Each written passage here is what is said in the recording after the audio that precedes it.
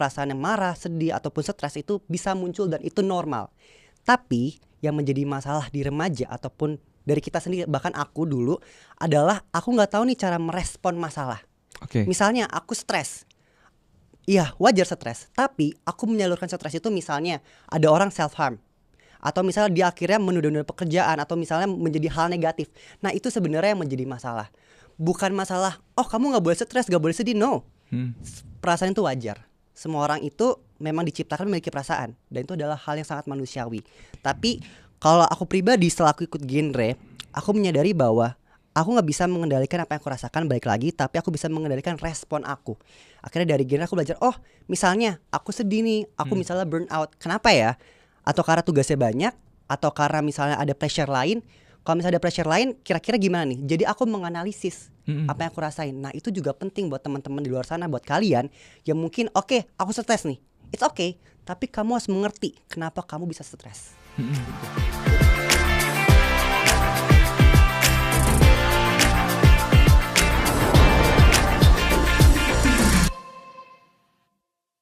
Halo teman-teman, selamat datang di podcast Langit Opini dari Pengamat Negeri.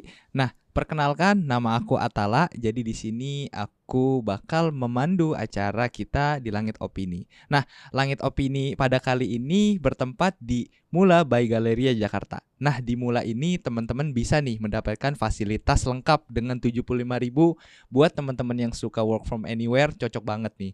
Di Mula udah wifi-nya kenceng, murah, dan teman-teman juga bisa mendapatkan fasilitas seperti free refill air putih dan teh. Nah, di Mula juga teman-teman juga bisa menyewa studio kreatif untuk teman-teman syuting ataupun teman-teman membuat podcast. Di Mula juga teman-teman juga bisa menyewa ruangan untuk event yang kalian adain. Nah, ruangannya juga bisa cukup sampai dengan 100 orang. So, tunggu apa lagi? Langsung aja ke Mula by Galeria Jakarta.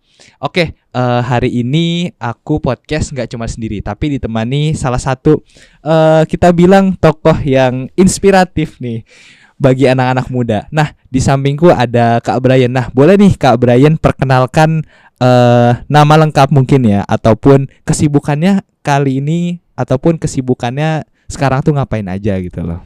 Boleh, oke aku mulai ya. Jadi this is my heart and this is my happiness. Our future is our success. Halo semuanya, jadi perkenalkan nama aku Brian Alexander. Kalian bisa panggil aku Brian, aktor Alexander, apapun itu Brian, karena banyak kan manggil aku Brian. Sekarang aku masih 17 tahun.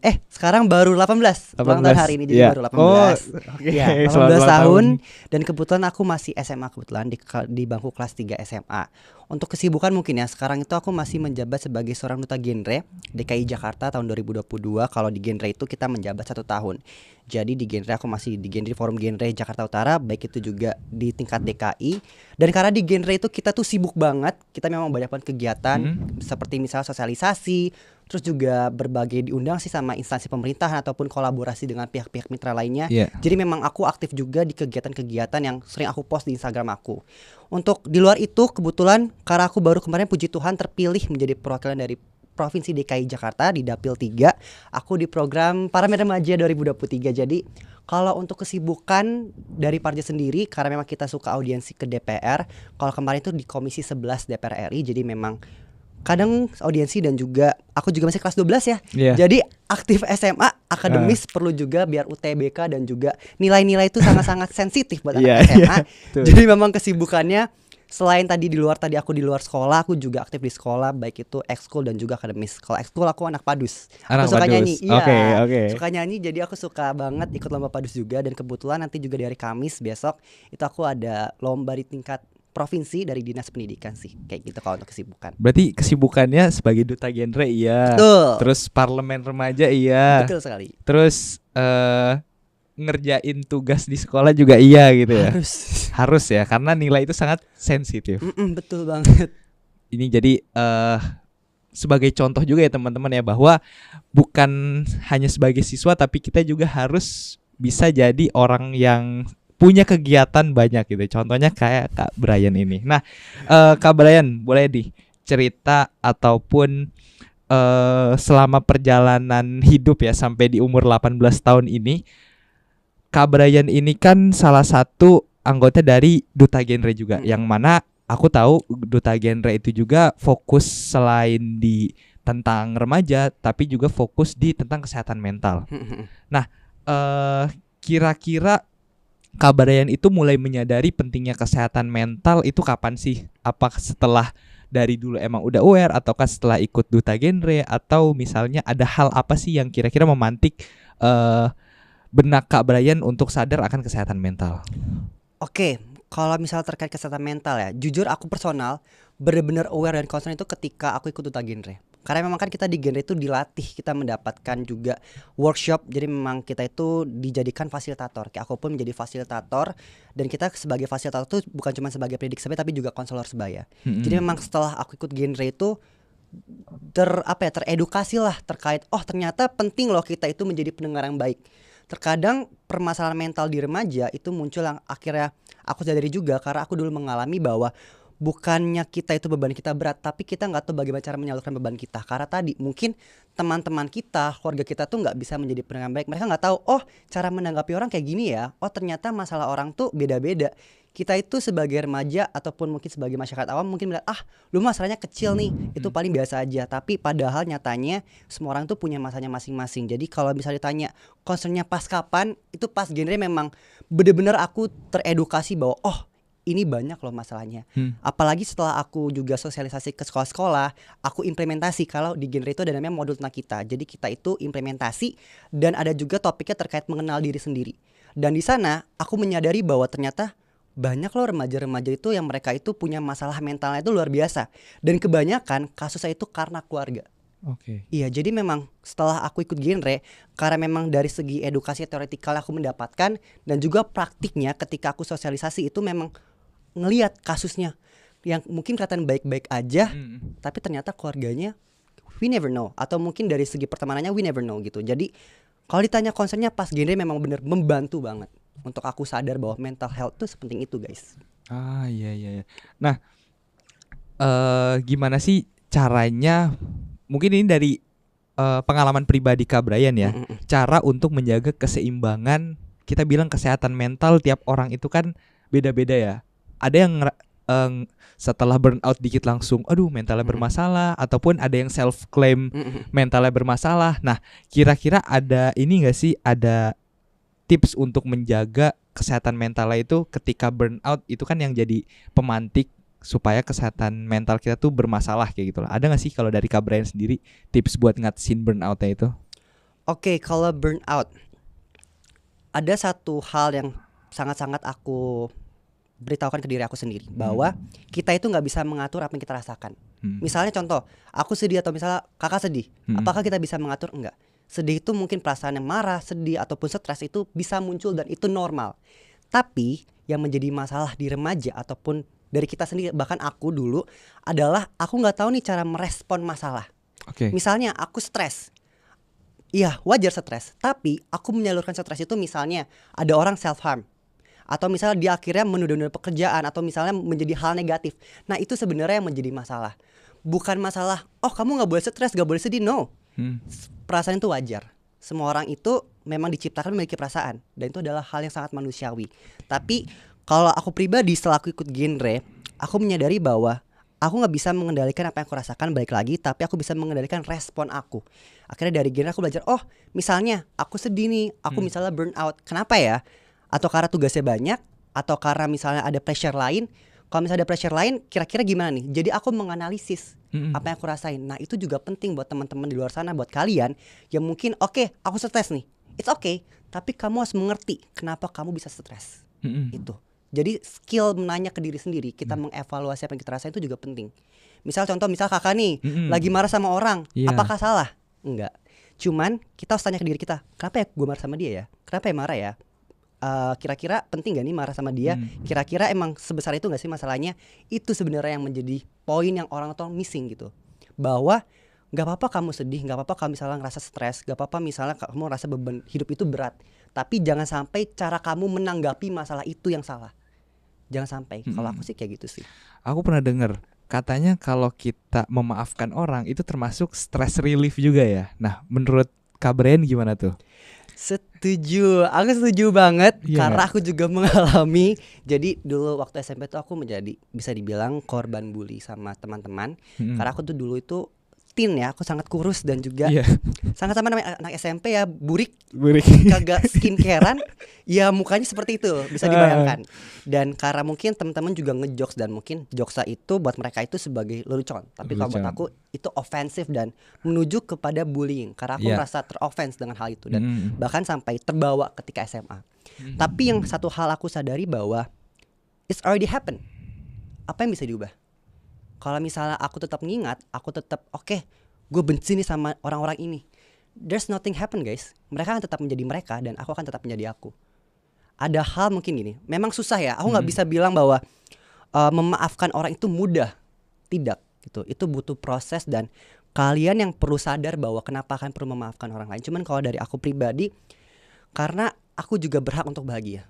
For me. Karena kalau aku nggak memaafkan orang lain, it's mean there's something that I masih aku melihat ke belakang. Padahal aku rasa bahwa kita semua tuh punya masa depan. So why we need to looking in the back? Kalau misalnya kita bisa melihat masa depan. Jadi kenapa kita perlu memaafkan? Karena menurut aku setiap orang juga berhak bahagia dan jangan sampai kamu nggak bahagia hanya karena hal yang kamu nggak bisa ubah sih. Gitu. Jadi I'm now becoming more happier of course karena aku ngerasa nggak ada beban yang aku tanggung.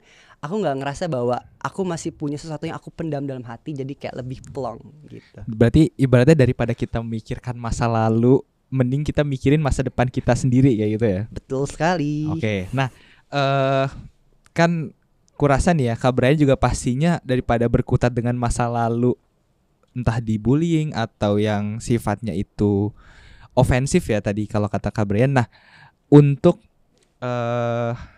mendorong nih kira-kira, kan pastinya Kak Brian juga ikut banyak kegiatan tadinya ya. Pasti bakal ada titik di mana puncak dari burnoutnya itu sendiri. Nah, dari Kak Brian ada nggak sih kira-kira tips ataupun bagaimana sih biasanya mengelola kesibukannya itu gitu loh, selain tadi ikut duta genre, terus juga pastinya kan udah kelas 12 ya, persiapan masuk kampus dan kegiatan-kegiatan lainnya. Ada nggak sih yang biasa Kak Brian lakuin buat mengelola kesibukannya itu kayak gitu loh, entah dengan mencatat atau dengan minta tolong ke temen buat ngingetin kayak gitu loh kira-kira. Oke, kalau misal aku pribadi ya, ada dua hal yang aku terapin ke diri aku sendiri. Yang pertama itu komunikasi. Sebenarnya banyak juga teman-teman yang nge-DM aku kayak, Kak gimana caranya biar bisa membagi waktu. Aku selalu bilang ke mereka itu adalah komunikasi. Misalnya contoh, aku di spend misalnya ada banyak kegiatan di luar, aku nggak bisa mengerjakan tugas. Terkadang kita itu oke ya udah, aku di spend ya udah nggak usah ngerjain tugas. Padahal penting banget kita komunikasi misalnya ke guru ataupun ke teman. Jadi sebenarnya itu permasalahannya adalah karena kita kurang komunikasi. Karena aku dulu gitu, waktu awal-awal sibuk, aku tuh ngerasa aku bisa ngelakuin semuanya sendiri, nggak perlu ngomong. Padahal nyatanya kita itu hidup dengan orang lain teman-teman. Kita hidup dengan banyak orang yang dimana kita juga perlu komunikasi. Misal contoh, aku nggak masuk, aku misalnya perlu tugas tambahan atau misalnya aku kelewat, otomatis aku harus ngomong ke gurunya dong, Ibu permisi, saya mau minta tugas tambahan, boleh nggak? Jadi kalau mengatur waktu, selain mengatur waktu itu mungkin menurut aku tuh basic banget karena semua orang bahas. Tapi bagaimana cara kita memaintain juga komunikasi kita. Jangan sampai karena kita sibuk di luar nih, oke misalnya nggak di sekolah seminggu, terus kita sama yang pihak sekolah nggak ada ngomong, nggak ada apa-apa. Itu sebenarnya sih. Yang kedua, yang sangat-sangat aku bilang ke diri aku adalah it's okay bahwa semuanya itu nggak bisa kelar dalam satu waktu. Bahwa kita tuh cuma punya tangan dua. Kita punya sehari waktu 24 jam doang. Belum kepotong tidur dan lain-lain. It's okay kalau misalnya tugas-tugas kamu, pekerjaan kamu itu nggak bisa kelar dalam satu waktu. Jangan mempush diri kita sendiri. Oke, aku harus bisa kelar semuanya dengan diri aku sendiri. No teman-teman. Wajar kalau misalnya kalian butuh waktu untuk mengerjakan semuanya. Jadi menurut aku yang paling penting adalah pertama tadi kita harus komunikasi ke semua orang, baik misalnya ke teman kita, ke pihak sekolah misalnya, mungkin kalau misalnya masih sekolah ya, ataupun ke semua orang yang mungkin yang memang kita perlu support dari mereka. Dan yang kedua adalah tentu aja menurut aku adalah terkait bahwa kalian itu perlu proses. Gak bisa dalam satu waktu itu kelar semua. Kita bukan superhero, kita manusia biasa. Jadi jangan pernah push diri kalian untuk melakukan semuanya dengan sempurna kayak gitu. Nah, selama perjalanan sampai sekarang ini ya, pastinya kan nemuin banyak-banyak kegagalan atau banyak banget kekecewaan yang udah pernah dirasain ya. Khususnya kita sebagai anak-anak muda nih ya, pastinya kan kalau ada juga yang ngerasa gagal tuh langsung udahlah nyerah, give up gitu loh. Kayak udahlah melanjutkan, let it flow aja, mengikuti gitu loh. Tapi kan kita nggak bisa bersikap kayak gitu ya. Nah, kalau Kak Brian sendiri gimana sih cara ngatasin kegagalan-kegagalan yang pernah ditemuin selama perjalanan ini? Jujur aku tuh lumayan benci kalau ada orang bilang aku tuh gagal. Karena menurut aku dengan kamu mau mencoba, dengan kamu mau belajar, kita ingin melakukan hal baru, itu menjadi sebuah keberhasilan. Sebenarnya kalau terkait gagal tuh aku sebelum tips and trick ya, ada satu hal yang perlu aku ingin bilang ke teman-teman bahwa mindsetnya diubah dulu. Bahwa hidup ini bukan masalah seberapa kamu punya banyak pencapaian, seberapa kamu bisa lolos semuanya, menang semuanya, no. Hidup ini menurut aku ada sebuah proses. Misalnya orang ngeliat aku, oke, mungkin aku lolos pajak, genre dan lain, tapi gak semua orang ngeliat apa yang sudah aku lalui sebelum itu. Aku tuh gagal ikut program pertukaran budaya tuh 5 kali berturut-turut. Lalu juga waktu itu aku gagal masuk SMA favorit. Tapi menurut aku itu bukan sebuah kegagalan, but that's part of process gitu. Kita nggak bisa memaksakan diri kita untuk selalu sempurna. That's it. Menurut aku, cara aku bilang ke diri aku bahwa bukannya nggak bisa, tapi belum bisa, teman-teman. Kalian itu terlalu bilang kalau nggak bisa nih gue gagal nih. No, kalian bukan nggak bisa, belum bisa. Yang artinya kalau aku bilang ke teman-teman aku, bukannya kalian harus nyerah, tapi malah kalian tanya di diri kalian, apa yang saya kurang ya? Apa ya yang saya bisa lakuin? Karena hidup ini panjang, teman-teman. Jangan sampai kalian memaknai diri kalian seorang kegagalan atau sebuah kegagalan hanya karena satu hal yang mungkin memang belum waktunya. Jadi I always told to my friends, to everyone, bahwa bukannya nggak bisa tapi belum bisa. Jadi jangan pernah bilang ke diri kalian gagal. Bayangin deh, misalnya kakak bilang ke diri kakak, gue gagal nih. Bayangin diri kakak yang udah berjuang, yang udah mau berusaha, dibilang kayak gitu, pasti sedih kan. Aku yang selalu bilang kayak gini, bahwa ini nggak cuma tentang aku aja, tapi apa yang dalam diri aku. Aku nggak pengen diri aku yang aku selalu bawa, yang aku selalu bersama, itu sedih cuman karena aku bilang bahwa aku ada sebuah kegagalan. No, I'm never gitu. Karena aku selalu menunjukkan bahwa it's okay if you fail. Mungkin fail menurut orang lain, as long as you want to process to be more better, kayak gitu. Nah, Kak Brian ini kan ikut juga banyak kegiatan tadi ya. Ikut Duta Genre, ikut Parlemen Remaja. Mungkin yang nanya Parja itu singkatannya Parlemen Remaja ya, Parlemen Remaja. Nah, selain itu untuk bisa mencapai titik ini ya, sebagai untuk achieve kegiatan-kegiatan tadi pastinya kan butuh semacam dedikasi juga ya. Nah, ada nggak sih sistem ataupun komunitas nih yang mendukung, yang mendorong Kak Brian untuk bisa sampai sekarang kayak gini? Oke. Kalau misalnya ngomongin komunitas atau kayak support system kind of that ya, aku tuh baru aktif di organisasi atau forum itu ketika kelas 11 actually. Karena before that aku tuh memang tipikal anak yang ambis di kelas. Jadi cuman kayak oke, belajar. Malas banget tuh ikut organisasi. Buat aku ngapain rapat malam-malam? Buat apa? Mendingan di rumah tidur. Memang aku dulu tuh seperti itu, ambis. Cuman ketika kelas 11, jadi sebenarnya tuh flashback juga, aku tuh ikut genre pun bisa dibilang mendadak. Karena aku tahu infonya di hari Senin dan audisi offline itu di hari Sabtu. Okay. Dan itu di posisi sekolah aku itu belum ada organisasinya, yang bisa dibilang PR atau pusat informasi dan konseling. Jadi memang nol buntul. Dan kalau ditanya support system, sebenarnya kalau komunitas semua itu nggak ada. Jadi benar-benar pure banget pengalaman first time aku organisasi atau forum itu ketika ikut genre. Everything tuh first time. Aku first time ikut ke organisasi, first time ikut hal yang berbau public speaking, lalu juga first time aku juga ketemu dengan bergaul dengan mereka yang sudah kuliah. Itu first time itu pas di genre. Jadi dari genre sendirilah akhirnya aku punya courage, aku punya sebuah keberanian untuk mendaftar program-program lain kayak akhirnya Parja. Karena dari sana aku melihat bahwa lingkungan aku itu sekarang di genre mereka itu beragam. Banyak banget orang-orang yang lebih keren dari aku. Mereka sudah kuliah, mungkin mereka sudah banyak pengalaman. Yang tadinya mungkin aku di sekolah aja ya, mungkin lihat teman-teman nih yang satu kelas bosen nih tiap hari ngeliat teman-teman genre tuh yang udah kuliah, yang keren-keren, akhirnya tercourage gitu. Jadi sebenarnya sebelum genre tidak ada. Memang aku tuh base kalau motivasi dari dalam diri sendiri dan orang tua sebenarnya sih. Karena emang courage aku untuk mencoba. Aku kan gagal di SMP. masuk SMA gagal, akhirnya masuk SMA yang sekarang. Hmm. Dari situ mama bilang kalau misalnya gak bisa masuk sekolah bagus ya kamu harus bikin sekolah itu bagus. Jadi dari situ aku terpacu dan akhirnya mulailah ikut aku pintar di kelas, jadi perwakilan sekolah, barulah di kelas 11 itu ikut Genda dapat komunitas kayak gitu. Oh, berarti bener-bener yang support system ya, selain orang tua, tempat untuk berbagi juga di Duta Genre itu ya. Betul banget, seseru itu. Seseru itu ya Duta Genre ya. Ntar boleh ini di spill ya caranya Duta Genre itu masuknya gimana ya? Boleh. Nanti ya, oke.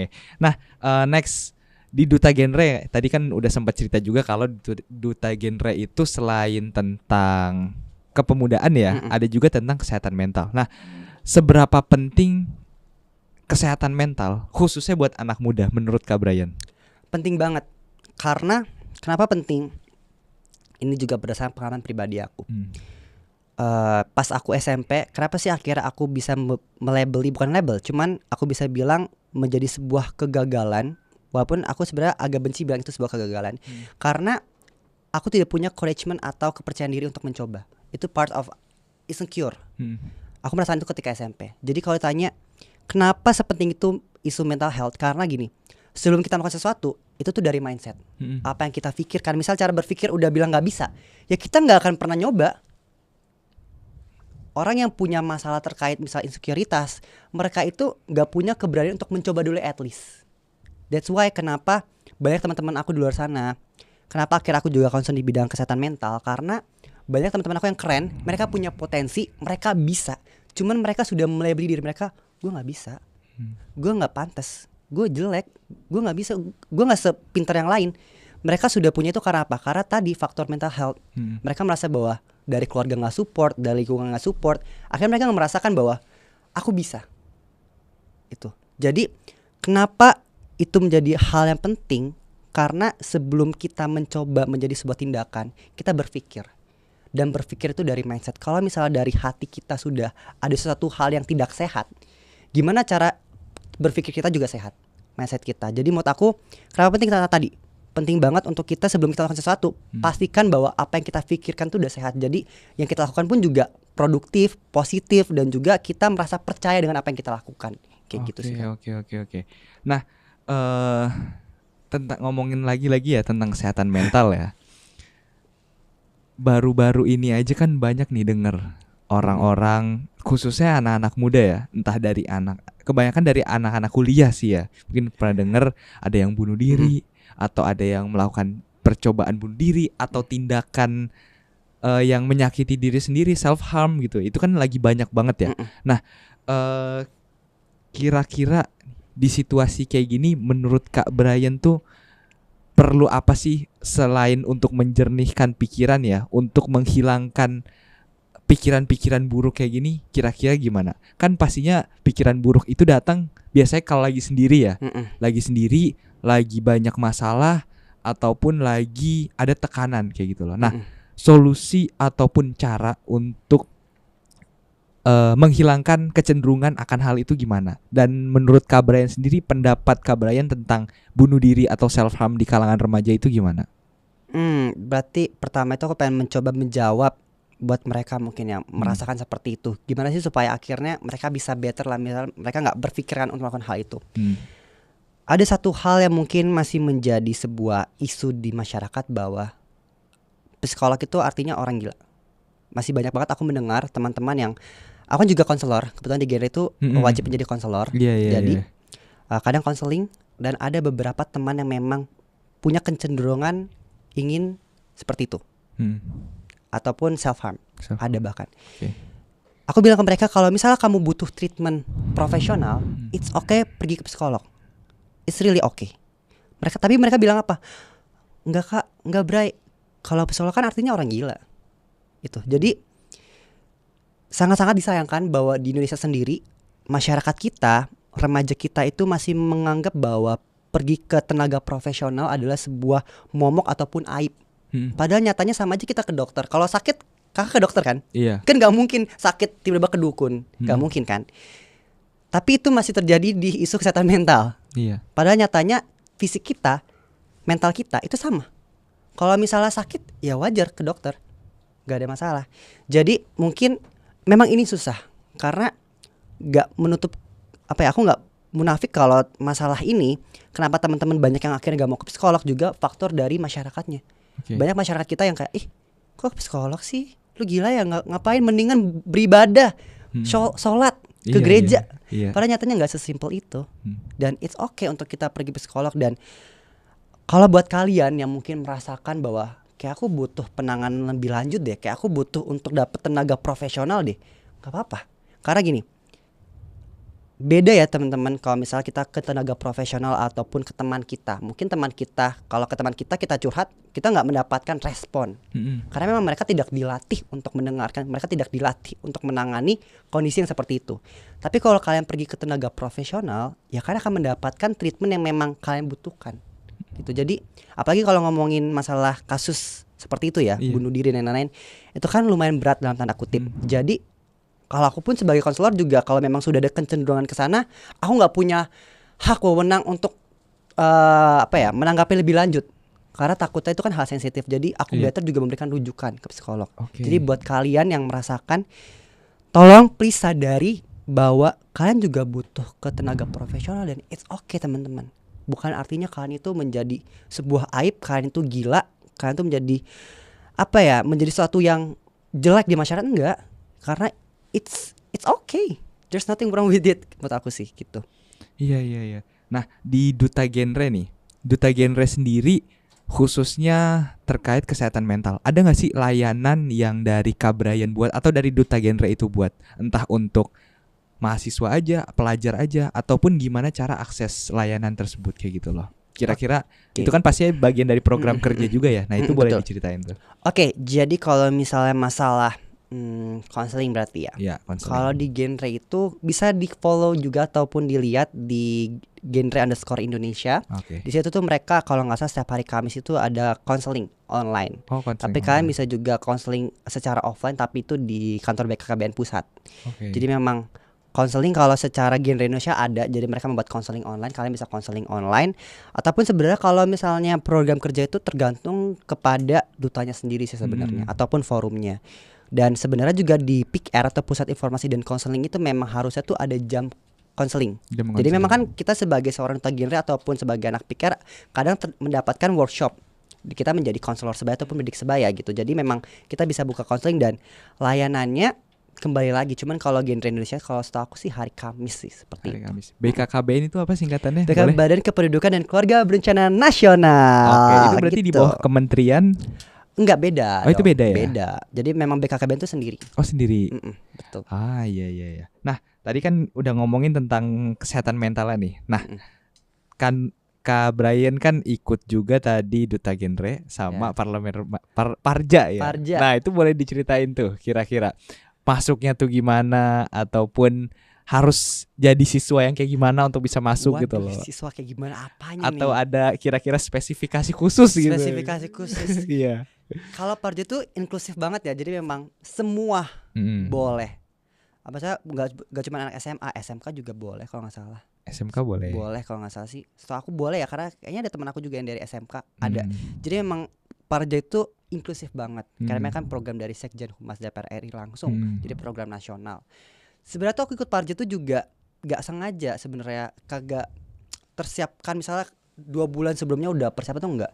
Karena aku tuh tahu Parja tuh udah dari lama sebenarnya, dari Kanuel, Kak Adventius Immanuel. Cuman waktu itu karena masih merasa belum siap, akhirnya adalah ntar aja tahun depan kelas 12. Ternyata pas kelas 12 itu awalnya tuh nggak bisa karena jadwal Parja itu aku bentrok dengan jadwal lain. Tapi ternyata diundur. Akhirnya di hari Kamis, penutupan Parja tuh kemarin tuh hari Senin, aku tuh hari Kamis baru daftar. Baru nyoba semuanya. Dan kalau di Parja sendiri untuk seleksinya tuh ada 3. Jadi pertama itu seleksi CV, seleksi esai, dan video kreatif, video kampanye. Jadi kalau misalnya CV itu kita nyantumin berbagai sertifikat penghargaan kita, baik akademis, non akademis, lalu juga organisasi maupun kegiatan lainnya. Lalu juga ada esai. Jadi kita esainya tuh tentang bagaimana kalau kamu menjadi seorang anggota parlemen. Jadi kita memberikan gagasan kita, kalau gue jadi anggota parlemen gimana sih? Waktu itu aku kemarin itu bawa podcast aku, PWB, program kerja genre aku, karena menurut aku udah berjalan dan kenapa nggak dibawa aja nih sebagai hal yang menjadi proker buat Parja gitu. Karena simple kan. Akhirnya dibawa, aku isi, dan juga video kampanye juga berupa dari esai. Jadi aku buat dengan gaya remaja, bisa dicek di Instagram aku. Ternyata Boleh nih sebutin Instagramnya dulu. apa Sebutin, Instagram aku? Iya. Instagram aku Brian Aktur, BRYAN AKTHUR.A. Oke. Brian Aktur, namaku. Kalau Gitu. mau nanya-nanya bisa langsung. Boleh, aman. Jadi setelah itu ya aku juga nggak expect, karena kemarin itu yang daftar itu 10.000 se-Indonesia. Yang keterima itu 134. Jadi cuman 1,3% yang lolos. Iya. Itu lumayan sangat-sangat ketat kan. Apalagi diambil itu dia per dapil. Jadi contohnya misalnya dapil, aku kan dapil 3. Jadi itu dari Jakarta Utara dan Jakarta Barat. Jadi cuman dari Jakarta Utara dan Jakarta Barat itu cuman diambil 2 orang. 2 orang. Dari banyak itu. Dan pas pengumuman kaget, karena itu tuh program besar. Menurut aku bisa dibilang, karena itu kan program satu-satunya dari Sekjen Humas DPR RI kan. Selain, aku lupa program apa, pokoknya ada 2 program mereka, program andalan mereka. Jadi pas diumumkan lewat Instagram aku lolos, itu shock banget. Karena aku juga punya basic juga di bidang kayak politics, something like that. Dan aku juga sebenarnya juga mendadak ikutnya, tadi aku bilang cuman gak nyampe seminggu persiapannya. Jadi pas lolos, wow, dan ternyata sama kegiatan seru banget. Iya. Ketemu teman-teman nasional. Bener-bener tersaring dari sekian banyak ya. Betul banget. Oke. Nah, pastinya kan ikut parlemen remaja juga berkat dukungan orang tua ataupun hasil kerja keras juga ya. Nah, sebelum yang terakhir nih, pertanyaan dari aku, kira-kira ada nggak sih dari Kak Brian sendiri kesan ataupun motivasi buat teman-teman pelajar yang pengen Kak Brian bagikan, terutama buat teman-teman pelajar yang nonton podcast Langit Opini? Motivasi ya, sebenarnya ada satu hal menjadi prinsip aku sebenarnya. Kenapa? Banyak yang nanya, Brian kok udah kelas 12, udah ikut ini itu tetap rajin, ambis. Aku selalu bilang ke diri aku bahwa aku punya mimpi.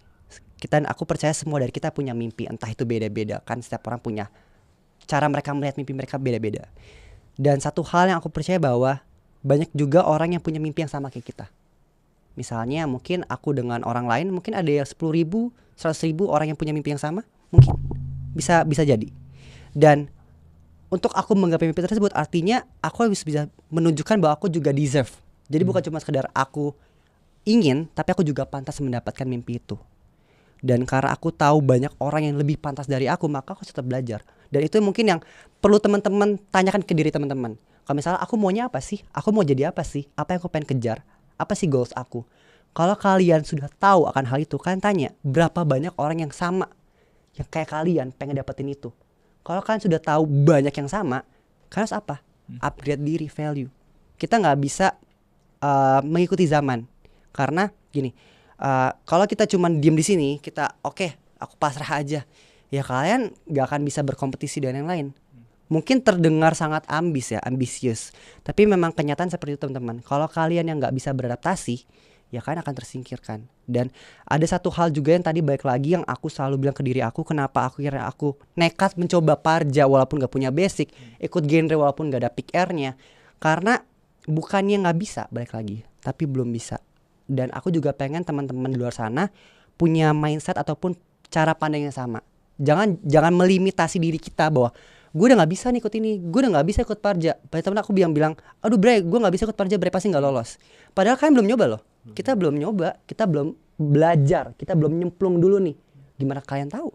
Gitu. Jadi tadi 2 hal itu yang selalu aku taruh ke diri aku, karena aku gak pengen hidup aku itu terbatasi oleh aku melabeli diri aku. Karena menurut aku semua orang itu punya hak yang sama dan kesempatan yang sama buat menggapai mimpi mereka. Even mungkin startnya beda ya.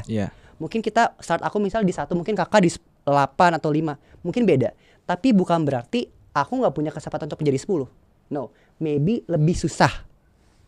Itu normal, itu realistis. Tapi memang hidup seperti itu. How? Kita gak bisa merubah apapun kan. Kita gak bisa merubah keadaan. Kita gak bisa merubah apa yang sudah menjadi bawaan kita. No, we cannot blame. Kita gak bisa menyalahkan masa lalu. Yang kita bisa responsibilitas, yang bisa kita ubah adalah cara kita untuk melihat masa depan. Cara kita berjalan untuk kita berada di masa depan. That's what we can change gitu. Jadi yang selalu aku bilang ke diri aku bahwa oke, aku sudah di sini, aku sudah gak bisa melihat masa lalu. Yang bisa aku ubah adalah masa depan aku. Oke. Kayak gitu. Oke. Keren banget ya teman-teman ya. dari Kak Brian udah banyak cerita juga di podcast kita hari ini di Langit Opini. Nah, terakhir boleh nih satu kata buat anak-anak muda sekarang. Satu kata. Satu kata. Apa ya? Kata motivasi gitu. Satu kata nih berarti misalnya satu doang. Kalimat deh boleh. Satu kalimat boleh ya? Satu kalimat. Apa ya? Satu kalimat. Kalau satu kalimat apa ya? Sebenarnya tadi sih yang selalu aku pegang banget bahwa bukannya kalian gak bisa tapi belum bisa. Oke. Iya, karena itu sering banget mayoritas. Aku bisa bilang kayak 80% teman-teman aku bilang gitu. Ayo coba ini yuk. Gak bisa, aku gak mampu. Jadi udah give up duluan, padahal belum nyoba. Jadi aku pengen banget kalian di luar sana, tolong terapkan ini bahwa kalian itu bisa. Tapi mungkin cuman karena belum bisa aja. Tapi bukan berarti gak bisa ya. Jadi tolong dicoba terus sampai kalian bisa. Gitu. Bukan kalian gak bisa, tapi karena kalian belum bisa. Gitu. Jadi harus belajar ya intinya. Belajar terus. Ya, proses yang penting. Oke, teman-teman, terima kasih udah mengikuti terus podcast Langit Opini. Aku Atala dan Brian dan Kak Brian, kami pamit undur diri. Terima kasih, sampai jumpa. Dadah semuanya.